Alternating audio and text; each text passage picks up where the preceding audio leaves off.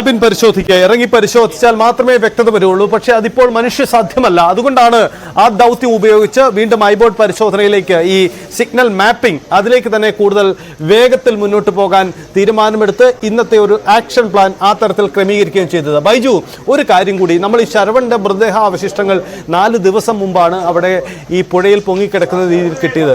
നമുക്കറിയാം അത് ശരീരഭാഗങ്ങളാണ്, ശരീരം പൂർണ്ണമായി പോലും കിട്ടിയിട്ടില്ല. അതായത് ശരവണൻ ഒരുപക്ഷെ വാഹനത്തിന് പുറത്തായിരുന്നു എങ്കിൽ അവിടെ നടന്നിരുന്ന വലിയ ദുരന്തത്തിൽ, ആ മണ്ണിടിച്ചിൽ, ആ കല്ല് ഒഴുകി വരുന്നതിൽ ഒക്കെ അദ്ദേഹത്തിൻ്റെ ശരീരം ഛിന്ന ഭിന്നമായി പോയിരിക്കാമെന്ന് പറയുന്നു. അങ്ങനെയെങ്കിൽ അവിടെ നടന്ന അപകടത്തിൻ്റെ ഒരു സാഹചര്യം എന്തായിരുന്നു എന്നത് വളരെ പ്രധാനപ്പെട്ടത് കൂടിയാണല്ലോ. ഇപ്പോൾ അർജുൻ എന്തു സംഭവിച്ചു എന്ന നമ്മുടെ ആലോചനയിൽ ഇപ്പോൾ ക്യാബിനുള്ളിൽ അർജുൻ ഉണ്ടായിരുന്നു എന്ന ചിന്തയിലാണ് നമ്മൾ ഈ ഇപ്പോഴത്തെ ദൗത്യം മുഴുവൻ മുന്നോട്ട് പോകുന്നത്. ക്യാബിനുള്ളിൽ അർജുനെ കണ്ടെത്താൻ കഴിഞ്ഞില്ലെങ്കിൽ മറ്റ് സാഹചര്യങ്ങളും സമാനമായ പരിശോധനകളും വേണ്ടിവരുമെന്ന വെല്ലുവിളി കൂടി നമുക്ക് മുന്നിലുണ്ടല്ലേ? തീർച്ചയായും സൈത്തെ, അത് തന്നെയാണ് വലിയ ആശങ്ക ഉണ്ടാക്കുന്ന ഒരു കാര്യവും. അർജുൻ ഇനി ഈ ലോറി നിർത്തി പുറത്ത് ഈ ചായക്കടയിലേക്ക് മറ്റും പോയതാണോ, അതൊക്കെ വലിയ ആശങ്ക വരുന്ന ചോദ്യങ്ങൾ. പക്ഷെ ഈ ചായക്കടയിൽ കേന്ദ്രീകരിച്ചാണ് വലിയ തോതിലുള്ള മണ്ണിടിച്ചിലുണ്ടായത്.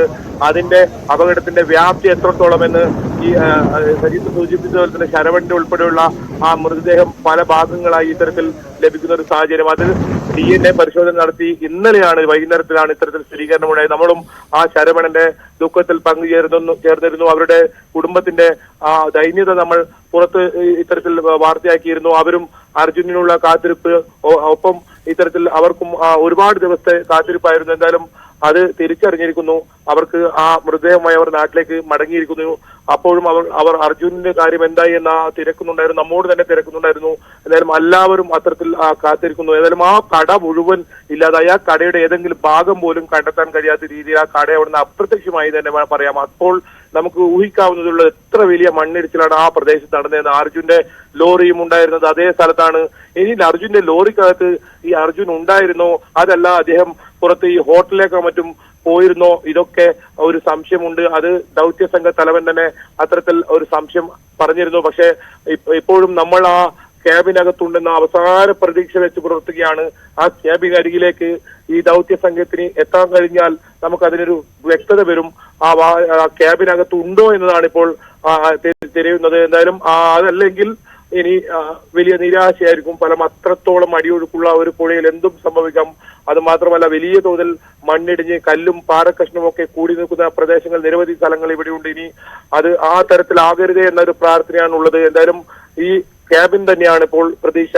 ഇനി ക്യാബിൻ ഏത് രീതിയിൽ ഉയർത്താൻ പറ്റും, പുറത്തേക്ക് എടുക്കാൻ പറ്റും, അതല്ല നേരിട്ട് അവിടെ എത്തി പരിശോധന നടത്താൻ പറ്റുമോ, ഇതൊക്കെ നോക്കുന്നുണ്ട്. ഏതായാലും അടിയൊഴുക്ക് കുറയുകയാണെങ്കിൽ അതൊക്കെ സാധ്യമാണ്. ഏതെങ്കിലും തരത്തിൽ അടിയൊഴുക്ക് തടയാനുള്ള ഒരു സാധ്യത ഇപ്പോൾ ഇല്ല എന്നാണ് ജില്ലാ ഭരണകൂടവും കഴിഞ്ഞ ദിവസം വ്യക്തമാക്കിയത്. അങ്ങനെയാണെങ്കിൽ ഇതിന്റെ മഴയുടെ ശക്തി കുറയണം, അതിനുവേണ്ടി കാത്തിരിപ്പ് നീളുമോ, അതൊക്കെ ഇനി വലിയ ചോദ്യങ്ങളാണ്. എന്തായാലും രക്ഷാ ദൗത്യം ഇപ്പോൾ ആരംഭിച്ചിരിക്കുന്നു. അവർ പുതിയ സാങ്കേതിക വിദ്യ ഒരുപക്ഷെ കൊണ്ടുവന്നേക്കാം. ഇനി വല്ല കൊളുത്തോ മറ്റേതെങ്കിലും തരത്തിൽ യന്ത്രം ഉപയോഗിച്ച് ഈ ട്രക്ക് പൊക്കാൻ പറ്റുമോ, അതൊക്കെ സാധ്യതകൾ തേടുന്നുണ്ട്. ഏതായാലും ഒരു തീരുമാനം ഉടൻ ഉണ്ടാകും.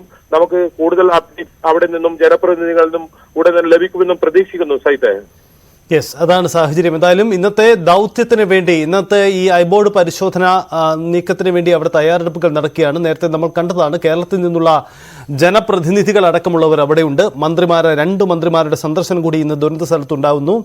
മന്ത്രി മുഹമ്മദ് റിയാസും ഒപ്പം AK ശശീന്ദ്രനും അവിടെ സന്ദർശിക്കുന്നുണ്ട് എന്ന് കൂടി അറിയിച്ചിട്ടുണ്ട്. അങ്ങനെ കേരളത്തിൻ്റെ കാത്തിരിപ്പ് നീളുകയാണ്. 11ാം നാളിൽ ദുഷ്കരമായ സാഹചര്യത്തിലൂടെ സമാനതകളില്ലാത്ത ഒരു ദൗത്യമായി ഇത് മാറുമ്പോൾ 11ാം നാളിലും എല്ലാവരും കാത്തിരിക്കുകയാണ്. അർജുന് എന്ത് സംഭവിച്ചു, അർജുൻ്റെ അവസ്ഥ എന്താണ് എന്നത് സംബന്ധിച്ച പരിശോധനകൾക്കാണ്.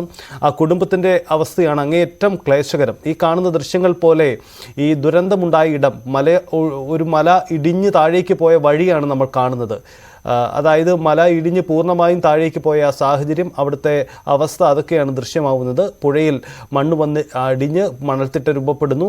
ഏകദേശം ഇപ്പോൾ ലഭിക്കുന്ന ഇന്നലെ വൈകിയുള്ള നിഗമനപ്രകാരം കരയിൽ നിന്നും 60 മീറ്റർ അകലെയാണ്, പുഴയിൽ 60 മീറ്റർ അകലെയാണ് ഈ ലോറി അർജുൻ്റെ ട്രക്ക് ഉള്ളത് എന്നത് തന്നെയാണ് കണ്ടെത്തിയിരിക്കുന്നത്. അവിടെയാണ് നിൽക്കുന്നത്. പക്ഷേ അതിന് തൊട്ട് മുമ്പ് ഒരു ദിവസത്തെ ഒരു നിഗമന പ്രകാരം 20 മീറ്റർ ആയിരുന്നു. പക്ഷേ പിന്നീട് ഇന്നലെ ലഭ്യമാവുന്ന സിഗ്നലുകളുടെ വിശകലന പ്രകാരം അത് 60 മീറ്റർ ആഴത്തിൽ തന്നെയാണ്. 60 മീറ്റർ ആഴത്തിൽ 60 മീറ്റർ ദൂരെ കാണപ്പെട്ട ആ വസ്തുത തന്നെയാണ് കൂടുതൽ ലോഹ സാന്നിധ്യമുള്ളത്. അത് തന്നെയാണ് ട്രക്ക് എന്ന തിരിച്ചറിവുണ്ടാവുന്നത്. ഇന്നലെ നടന്ന പ്രവർത്തനത്തെ നമുക്ക് ഇങ്ങനെ വിലയിരുത്താം. അതായത് ഇന്നലെ വിശദമായ ഒരു പരിശോധനയാണ് ഐബോർഡ് ഉപയോഗിച്ചുകൊണ്ടുള്ള സിഗ്നൽ മാപ്പിംഗ് പരിശോധന നടന്നു. ഈ സിഗ്നൽ മാപ്പിംഗ് പരിശോധനയിൽ ഇന്നലെ കണ്ടെത്തിയത്